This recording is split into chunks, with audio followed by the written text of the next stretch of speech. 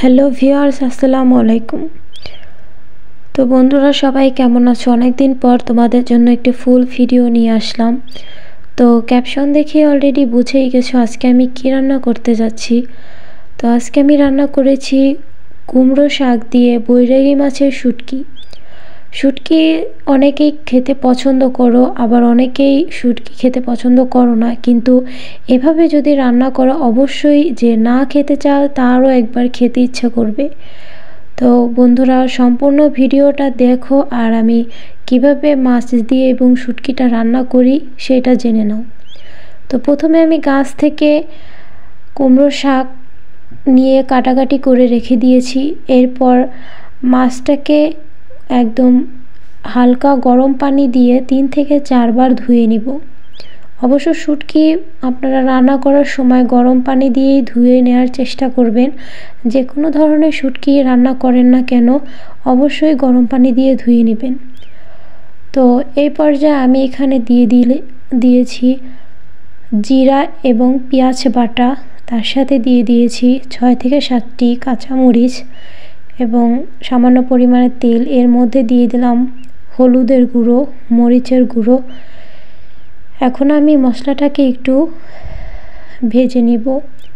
তো মশলা থেকে যখন তেল ছেড়ে দিবে এর মধ্যে দিয়ে দিব সামান্য পরিমাণে পানি। তো পানিটা দেওয়ার পরে আমি আবারও খানিকটা সময় জাল করে নিব। তারপরে এর মধ্যে দিয়ে দিলাম 1 চামচ আদা বাটা, 1 চামচ রসুন বাটা। এগুলো দিয়ে মশলাটাকে আবার আমি ভালোভাবে কষিয়ে নিব। তো মশলাটা কষানো হয়ে গেলে এই পর্যায়ে এর মধ্যে আমি দিয়ে দিব ধুয়ে রাখা শুটকি মাছগুলো দিয়ে দেওয়ার পরে এটাকে ভালোভাবে কষিয়ে নিব। অবশ্য আপনারা এই কাজটা কিন্তু শুটকি মাছ ভেজেও করতে পারেন।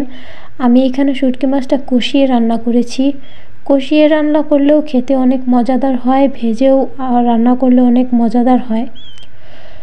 তো আমি মাছটাকে একদম ভালোভাবে কষিয়ে একদম ভাজা করেই নিয়েছি। এখন মাছটা উঠিয়ে রেখে আমি এর মধ্যে দিয়ে দিলাম শাকটা আমি ধুয়ে কেটে নিয়েছি। তো এর মধ্যে আমি দিয়ে দিয়েছি মাঝারি সাইজের একটি আলুটা অপশনাল, আপনারা চাইলে দিতে পারেন আবার চাইলে নাও দিতে পারেন। এটা আমি আমার পছন্দ মতো দিয়েছি, কারণ শাকের সাথে আলু খেতে আমার ভীষণই পছন্দ। তো শাকটাকে আমি ভালোভাবে কষিয়ে নিয়েছি। শাকের ভিতরে কোনো পানি দেওয়ার প্রয়োজন পড়েনি, এমনিতেই পানি বের হয়ে গিয়েছে। তো এখন আমি শাকটা ভালোভাবে সিদ্ধ হয়ে আসলে এর মধ্যে কষিয়ে রাখা শুটকি মাছগুলো দিয়ে দিব। শুটকি মাছগুলো দিয়ে দেওয়ার পর আবারও ভালোভাবে এটাকে জাল করে নিচ্ছি। সামান্য পরিমাণে একটু পানি দিয়েছি। তো দেখতেই পাচ্ছেন আমার শাক দিয়ে শুটকি মাছ রান্নার কালারটা কত সুন্দর আসছে। তো কালারটা যেমন সুন্দর আসছে খেতে কিন্তু দারুণ মজাদার হয়েছে। তো এইভাবে অবশ্যই একবার রান্না করে ট্রাই করে দেখবেন। আর আপনাদের জন্য আমি যেই সব রান্না করে থাকি সব সহজভাবে দেখিয়ে দেওয়ার চেষ্টা করি। তো ভিউয়ার্স, আমার চ্যানেলে সাবস্ক্রাইব করতে ভুলবেন না। আর আমার পাশে যে বন্ধুরা থাকেন অবশ্যই আপনাদের প্রতি আমার অবিরাম ভালোবাসা। তো ভিউয়ার্স, আপনাদের কাছে যদি ভিডিওটি ভালো লেগে থাকে অবশ্যই লাইক, কমেন্ট, শেয়ার করবেন। সবাই ভালো থাকবেন। আল্লাহ হাফেজ।